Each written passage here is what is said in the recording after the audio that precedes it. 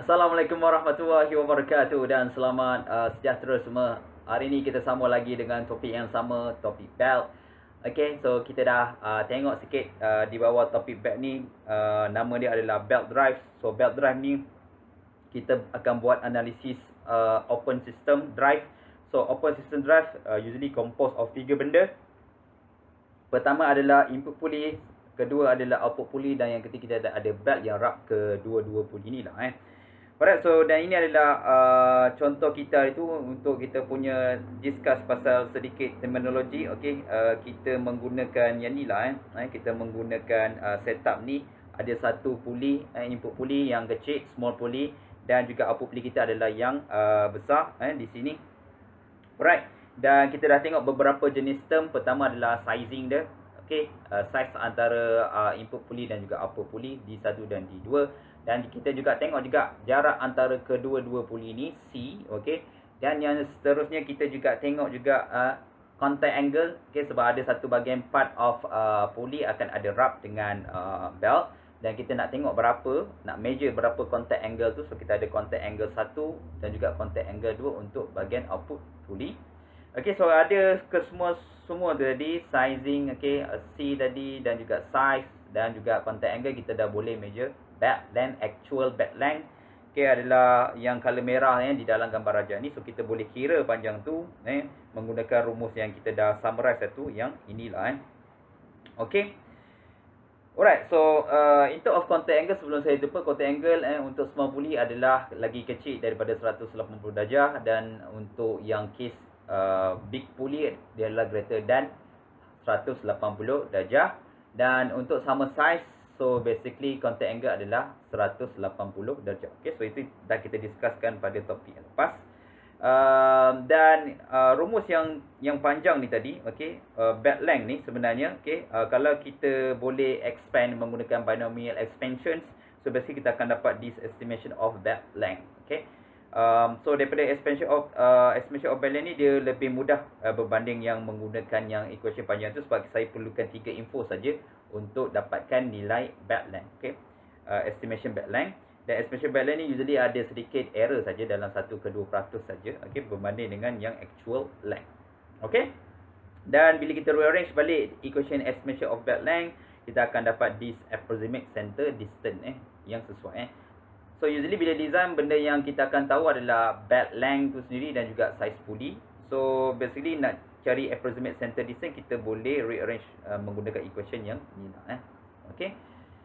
Alright, so kita dah habis pasal sedikit intro pasal geometry, sizing dan sebagainya. Okay, in terms of geometry. So hari ni kita nak tengok sedikit pasal kinematic yang berlaku di dalam belt system.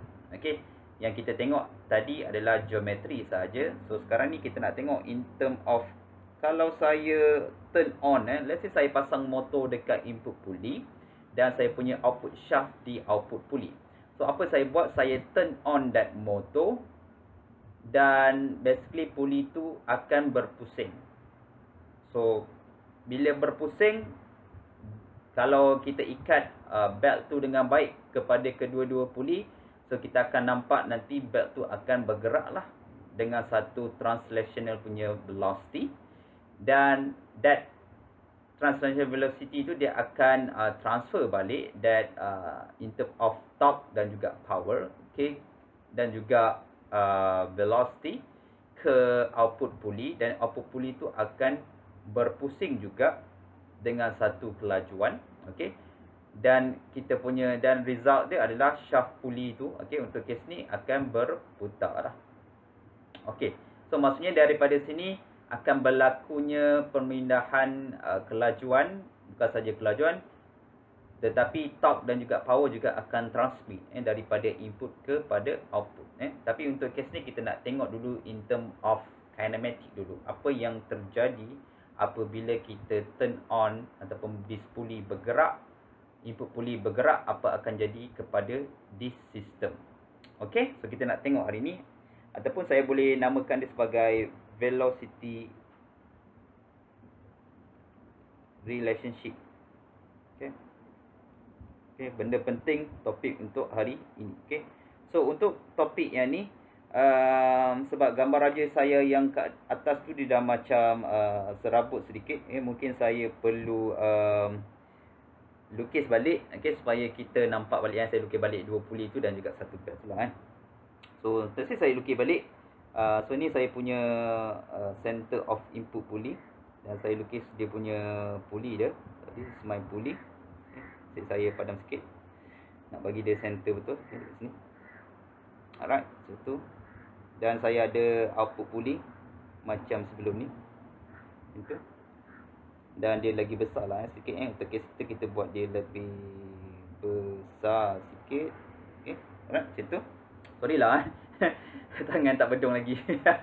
Okay, buruk sikit lah Okay, so kita buat juga macam biasa kita buat sebabkan dia tak sama size, sebab tu contact angle dia berlainan. Sebab tu saya buat dah reference macam tu, dan saya akan buat satu slanted angle macam tu untuk pastikan contact angle yang kita sentuh tu untuk kes bahagian small pulley ni lebih kecil daripada contact angle untuk kes yang sizing yang lagi besar lah Okay, macam tu. Alright, so saya sambungkan this belt ni yang color merah ni. Okay, macam tu. Dan saya sambungkan jugalah yang untuk case yang ni juga. Alright, so kita ada 2 pulley, input pulley dan juga output pulley, dan juga kita run. Okay, so sekarang ni kita nak tengok in term of velocity relationship lah Alright, so kalau saya turn on this input pulley yang di sebelah kiri saya ni, okay, dan dia bergerak dengan satu angular punya motion. Okay, untuk case ni it can be N1, ataupun kita boleh gunakan dalam bentuk radian per second, ataupun kita boleh gunakan dia sebagai omega 1. Okay, alright, either one. Dan of course bila kita pusingkan this input pulley ni kalau belt tu dipasang dengan baik, maksudnya output pulley ni dia akan pusing arah apa? Kalau let's say untuk case ni dia pusing arah, okay, bagi iklan dulu. So let's say kalau ni dipusing pada arah clockwise, okay, so apa akan berlaku dengan output pulley ni? So dia akan pusing pada arah yang samalah pada arah clockwise juga untuk case open system. So dia akan bergerak dengan satu kelajuan N2, let's say macam tu, dan omega 2. Okay, let's say kita tulis dulu apa maksud this N1 dan juga omega 1, N2 dan juga omega 2. Okay, so kita tulis dulu sikit. So N1 ni bukan H1N1. Okay, so N1 ni adalah angular velocity. Okay, angular velocity ataupun speed of apalah, speed of pulley lah saya tak nak guna angular velocity. Angular tu kita bagi omega. Okay, ataupun kita panggil sebagai speed of pulley. Speed of pulley. Alright, speed of pulley.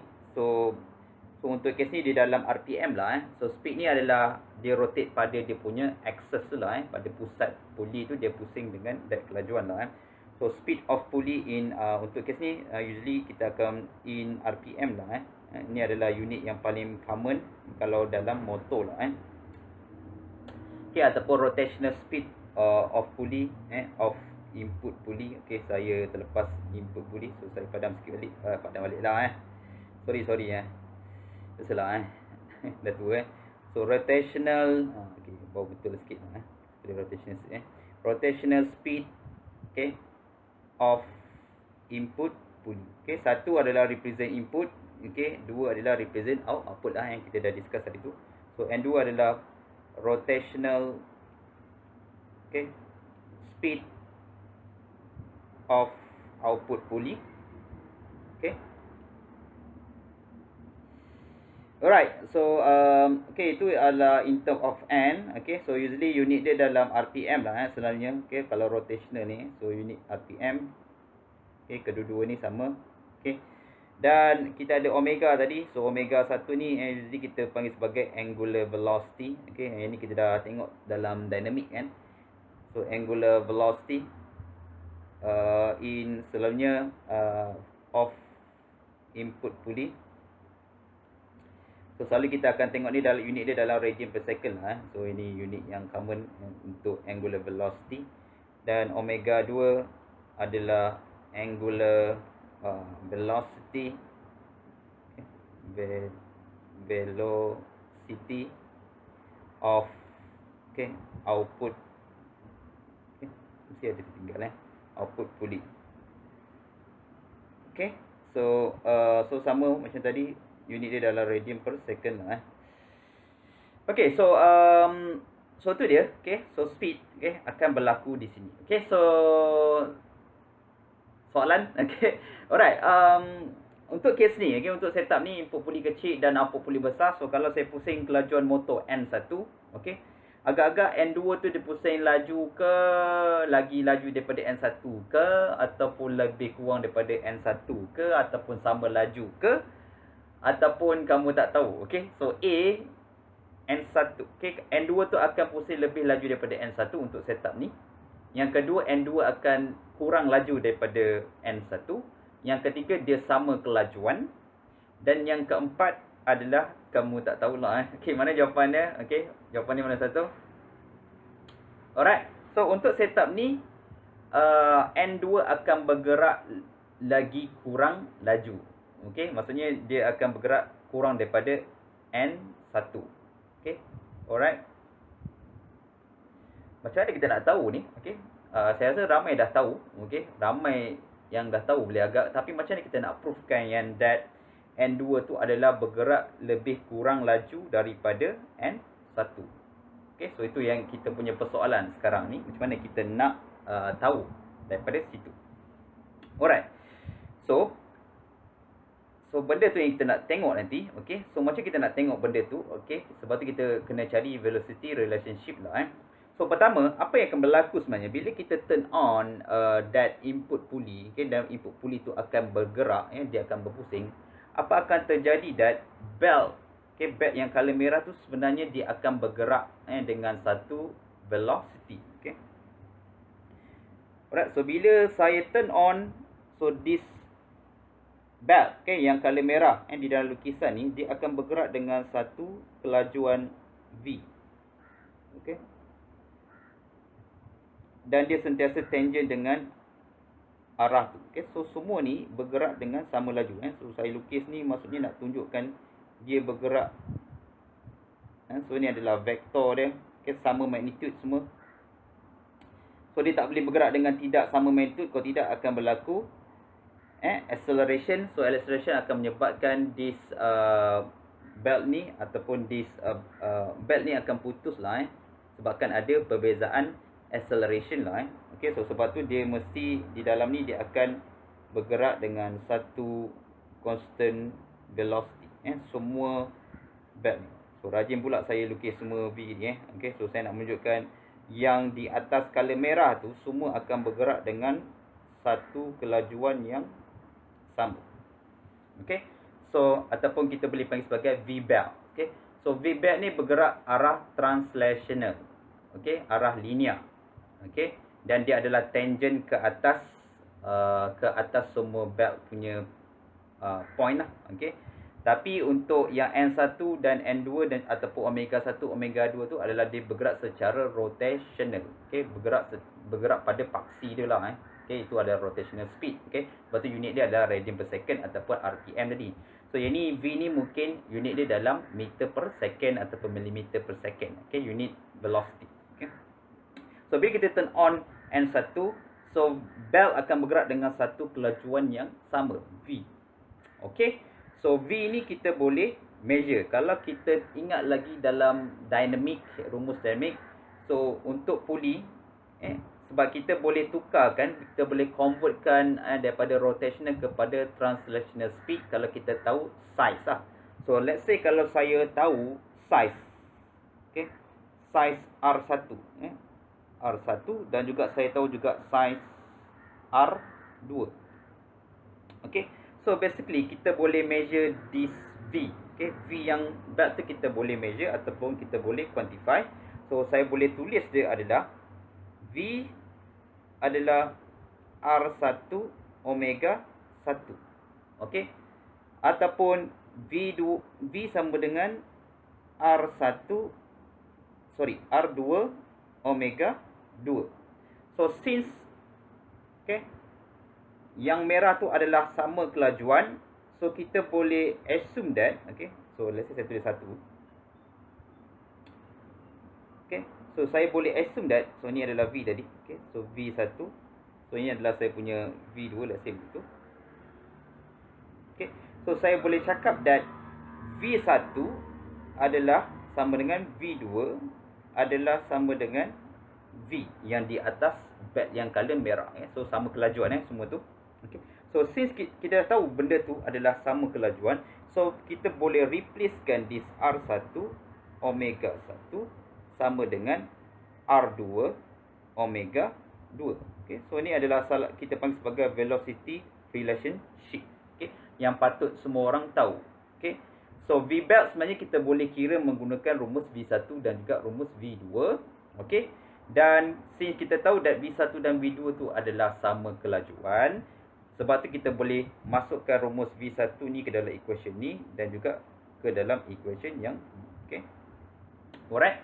So berdasarkan ni, let's say lah kenapa kita boleh confirm tadi bila size besar, contohnya untuk setup ni, untuk size yang besar N2 akan jadi lebih perlahan daripada N1 tadi. So kita nak proofkan benda tu. So let's say saya jadikan omega 2 sebagai perkara rumus saya. Omega 2 N2 sama dah kan. So omega 2 sebagai perkara rumus saya. So omega 2 adalah R1 divided by R2 kali dengan omega 1. So since untuk kes ni R1 adalah kecil daripada R2 kan. So saya akan dapat nilai ni kurang daripada pecahan ni, this fraction ni. So fraction ni akan kurang daripada 1 lah. So since R1 ni lagi kecil daripada R2, so maksudnya ratio R1 divided by R2 ni adalah less than 1. So since dia less than 1, so kita boleh tahu daripada sini, so omega 2 ni adalah kelajuan dia adalah kurang daripada kelajuan omega 1 lah. So apa yang kita boleh simpulkan daripada sini, size memainkan peranan penting lah di dalam menentukan kelajuan rotational speed. Maksudnya kalau saya tak ada input, saya tahu dia punya sizing dia dan juga dia punya rotational speed. Di bahagian output saya tahu dia punya size dia. Let's say size dia lagi besar, so saya akan dapat tahu that rotational speed pada output akan jadi lebih rendah daripada kelajuan input lah. Kalau saya terbalikkan, kalau input saya adalah size dia besar tapi di bahagian output size dia kecil, so kalau saya turn on input, input bergerak N1, so saya akan dapat expect that N2 akan bergerak lebih laju sebab size dia lebih kecil. Hopefully kamu dapat tangkap apa yang saya cakap ni. Alright, so berdasarkan tu, so kita boleh tahu menggunakan equation yang saya petak kali hijau ni lah, this one, R1 omega 1. Dan equation ni juga kita boleh buat something juga, sebab kita tahu that R1 tu, kita tahu R1 adalah 2 kali ganda, R1 tu adalah separuh daripada D1 kan. So kalau kita ingat balik, so R1 ni adalah separuh daripada D1, dan sama juga R2 pun sama dengan separuh daripada 2 lah. So berdasarkan yang ni, so kita boleh tulis sikit pasal ini.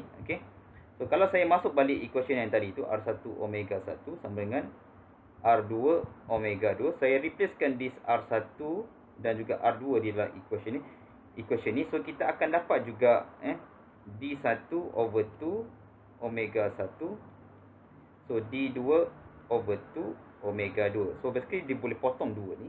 So benda ni pun kita masih boleh gunakan as long as kita boleh samakan. Maksudnya kita tak perlu nak convert lah siap-siap contohnya saya ada info of size of diameter, let's say diameter of input ataupun output, saya tak perlu nak convert kepada radius. Saya boleh directly terus guna. Sama juga kalau saya ada info n juga. So kalau info n pun, kalau kita tahu that sebenarnya kalau kita nak convertkan this omega 1 kepada daripada n kepada omega 1, kita menggunakan rumus yang inilah 2 pi n over 60 sama dengan omega 2. Kita juga boleh gunakan 2 pi n2 divide by 60 lah. Okay, even kita masukkan ke dalam equation ni juga, okay. So kita akan dapat juga benda yang lebih kurang sama macam tadi. So contohnya tadi adalah D1 omega 1 sama dengan D2 omega 2. So saya replacekan benda ni. So D1, so 2 pi N1 over 60. Okay, sama dengan D2 2 pi N2 over 60. So sama juga macam tadi, saya boleh potong yang ni. So dia boleh terus directly guna, tak perlu nak convert lah. Okay. So benda ni adalah very freely untuk kita guna secara langsung lah. Dan juga yang lagi satu juga, kita boleh tulis juga R1 N1 sama dengan R2 N2. So ni boleh terus directly guna, tak perlu convert lah. Okay. So ini kita panggil sebagai velocity relationship. So apa yang berlaku di sini sebenarnya, kalau saya boleh recap balik, so sebenarnya velocity pada bag tu bergerak pada kelajuan yang sama, dan kita boleh menggunakan, dan velocity tu kita boleh quantify kalau kita tahu berapa speed of pulley, okay, dan juga berapa size of pulley. Kita boleh cari berapa nilai V1 dan V2. So basically V1 dan V2 tu adalah kelajuan belt tu sendirilah. Okay, alright. So since kita dah tahu benda tu, okay, so kita dah habis sedikit pasal dia punya in term of kinematic lah. So ni adalah kinematic. So saya berhenti dulu takat ni. Okay, nanti kita akan sambung in term of kinetics. Okay, kita tengok pula pasal kinetic pula. Okay, in term of vector dan juga in term of scalar lah. Okay, so kita berhenti dulu. Jumpa lagi. Assalamualaikum warahmatullahi wabarakatuh. Bye bye.